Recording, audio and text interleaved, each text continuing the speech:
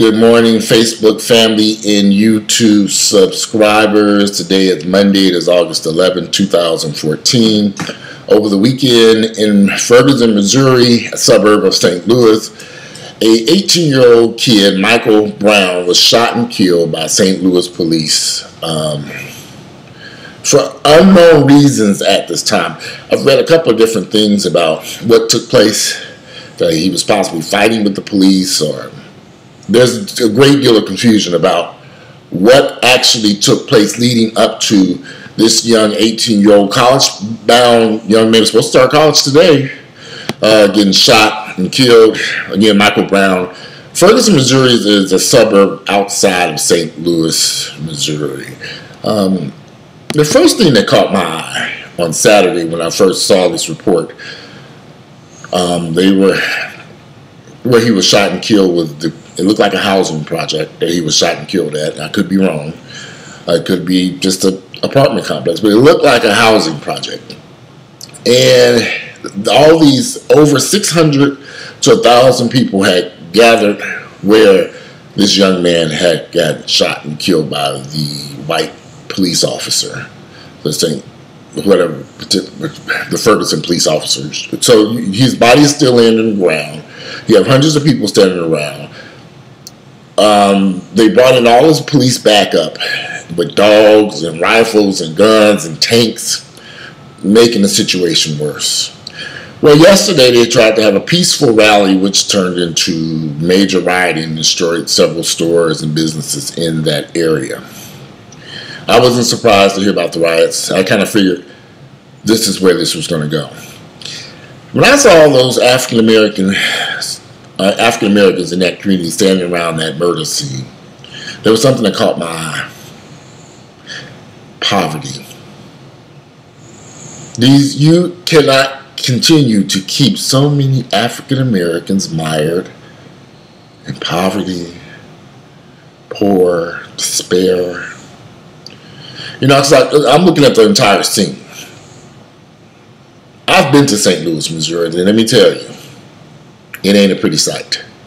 There are some nice areas in St. Louis, but the vast majority of St. Louis that I've seen, it's a very poverty-stricken city. People are trapped, and they don't have a way out, and they have nothing to lose. That's why the murder rate is so high in certain parts of St. Louis. When you get people who are trapped in poverty and they have no way out, generation after generation after generation stuck right there, then you throw in a murder. It's like a bomb. It's like taking a bomb and tossing it into a pool of gas. It's ready to explode. It will explode. This community was on the verge of exploding possibly for years. You can't keep... We live in the United States of America, the world's most wealthiest country, the richest people in the world. But we have so much poverty in our communities.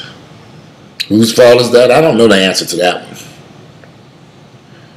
Is it the black folks' fault? Is it racism? Is it education? Is there a way out? I don't know. I do know this is a situation that we cannot continue to ignore. Poverty, ignorance, despair, the trap, and locking people up, it may not be the answer, because you can go through there and lock everybody up, but what good is that going to do? The cost of locking people up might be cheaper just to help these people to be removed from these communities like this. We cannot continue to keep all these poor people, white, black, Hispanic, whatever, trapped in these communities and expect things to go peacefully. People are living horrible lives. They're trying to figure out how they're going to eat and take care, how they're going to work out, can they get to a job, how they're going to feed their kids. They have kids. I saw a whole lot of kids in that crowd of people standing out there looking at that man who laid on that street, shot and killed. So now they're rioting and tearing up the community. Will that resolve the problem? I kind of somehow doubt it. But they have to do something.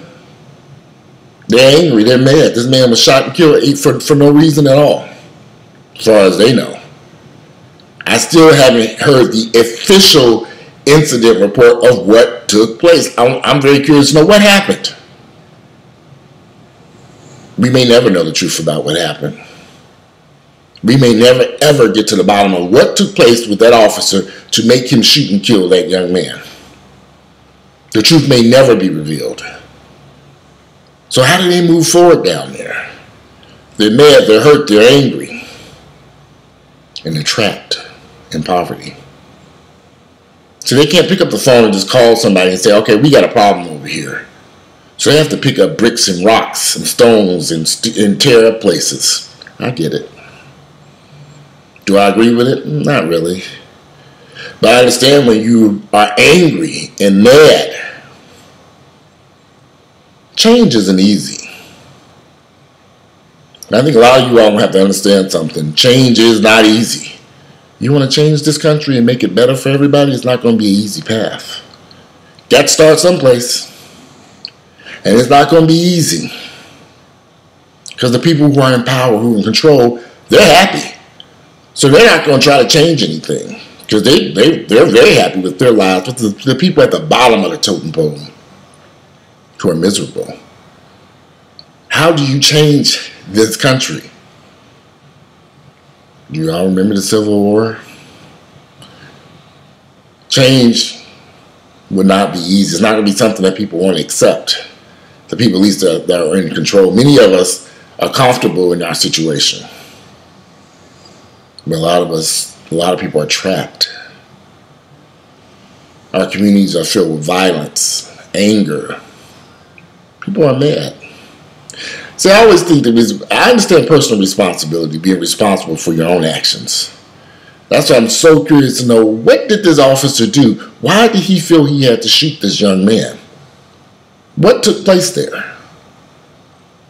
Now he's going to have to pay the consequences for what he did, if we ever truly, clearly get to the bottom of what took place.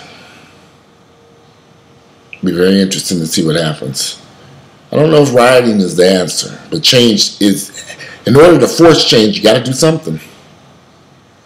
I don't know if that's the answer. I don't know if marching peacefully down the street is the answer. I mean, this has been going on in American history now for a couple of 100 years now. The last 60, 70 years, have African Americans really made strides to improve their communities? Some people say yes, some people say no. But clearly, look at all those people stuck out there in St. Louis and Ferguson, Missouri, trapped in that community. And I say trapped because they really don't have a way out. That young man should not have lost his life in that manner. But again, without the true details of what took place, there's confusion on everybody's behalf. He could have been in the wrong. He could have been in the right. Nobody knows right now. Have to wait and see if they're able to truthfully reveal what took place. I'm not standing for these riots. I think the riots are destructive. But maybe we need some destructive things to happen to push this country in a different direction. Too many people are being left behind. Too many people are being left behind and trapped in communities with no way out. Anyway, that's just my opinion. If you like my videos, please click like. I'm very curious to see what's going on in Ferguson, Missouri, because I want to know what happened. I don't think this is something that should be swept under the rug. And I think that's why those people are down there angry and rioting, because they're mad, they're angry. And I get it. And we cannot continue to have this type of violence against one another, black on black, police on. It's just too much violence in our communities. Too many lives are being lost over nothing. Anyway, I'm out. If you like my videos, please click like, share my videos with family members and friends. And I'm very curious to hear your opinions. What do you think about these riots, the rioting that took place this weekend in Ferguson, Missouri? Was it the right thing to do? Can it make things change for the better for them? I don't know that America has history of having riots, black riots, white riots, riots all over the place. But does it resolve or fix anything? Does it change anything? I don't know the answer to that one. Anyway, I'm out. You guys have a great Monday.